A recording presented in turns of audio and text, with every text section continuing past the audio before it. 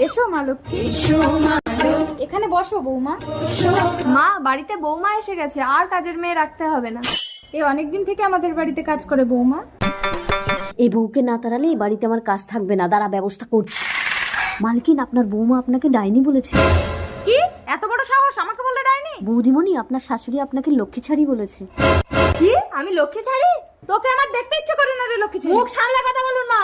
গায়ের উপরে ঠেলে উঠে আসছে, মারবে নাকি? নোংরা হাত দিয়ে আমি কি হাত নোংরা করবো? কি আমি নোংরা? তুই নোংরা, তোর 14 গোষ্ঠী নোংরা।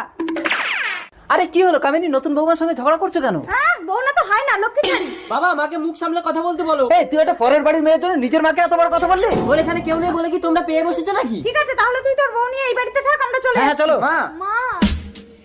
মালকিন চলে গেলে আমাকে তো আর এই বাড়িতে রাখবে না।